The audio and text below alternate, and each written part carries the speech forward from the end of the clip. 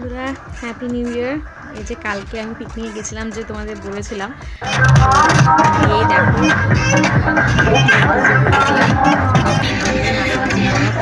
ফুচকা খেতে, ফুচকা করেছিল, স্টল করেছিল, একটু নাচানাচি করে। আমার সবচেয়ে বেশি আনন্দ করেছে আমার মেয়ে, খুব মজা করেছে, অনেক নাচানাচি করেছে। সবার সামনে আমি নাচ শিখেছি, ভরতনাট্যম শিখেছি, অনেক পছন্দ করেছি, কিন্তু এখন খুব লজ্জা। দুলে আর আমার মেয়ে তো সব সময় আমার মেয়ে খুব মজা করেছে, খুব খুব। তারপরে বাড়িতে চলে এসেছিলাম, গিয়ে তারপরে ডিনারে কচুরি করেছিল, মটরশুঁটি কচুরি, তরকারি।